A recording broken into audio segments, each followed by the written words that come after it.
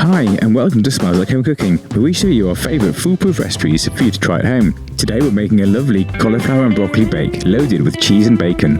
Here are all the ingredients that you need. I'll put the quantities in the description below. Start by preparing the cauliflower and the broccoli. Take off the outer leaves and then chop into equal chunks.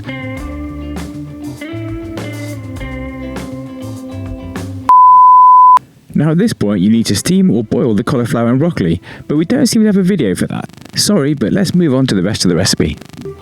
Take your bacon and slice it evenly. Heat some oil in a pan and then fry the bacon.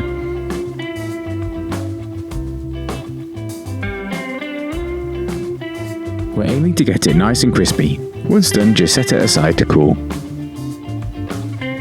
Take your now cooked cauliflower and broccoli and arrange them in an oven-proof dish. Slice up your spring onions and add them to the cauliflower.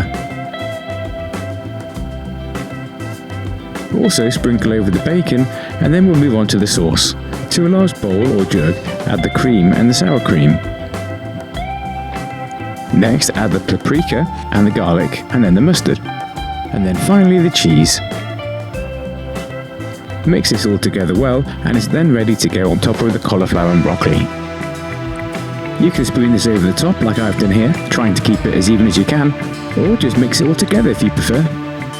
Bake this in an oven that's been preheated to 190 degrees C, and after 25 or 30 minutes it should look like this. And there we go, all done and ready to eat. Please share this video if you liked it and don't forget to subscribe, and we'll see you again soon on Smells Like Home Cooking.